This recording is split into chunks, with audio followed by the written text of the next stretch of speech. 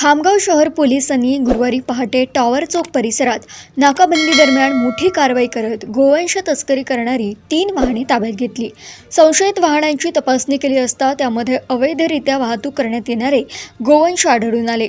या कारवाईत एकूण 14 गोवंशांची सुटका करण्यात आली असून सुमारे 17 लाख रुपयांचा मुद्देमाल जप्त करण्यात आला आहे। जप्त वाहनांसह संबंधित आरोपींना ताब्यात घेण्याची प्रक्रिया सुरू असून पोलिसांकडून त्यांची चौकशी केली जात आहे। सुटका करण्यात आलेल्या गोवंशांची सुरक्षित ठिकाणी व्यवस्था करण्यात आली आहे। प्राथमिक तपासात गोवंशांची अवैध वाहतूक सुरू असल्याचे निष्पन्न झाले असून या प्रकरणामागील मोठा रॅकेटचाही पोलिसांकडून शोध घेतला जात आहे।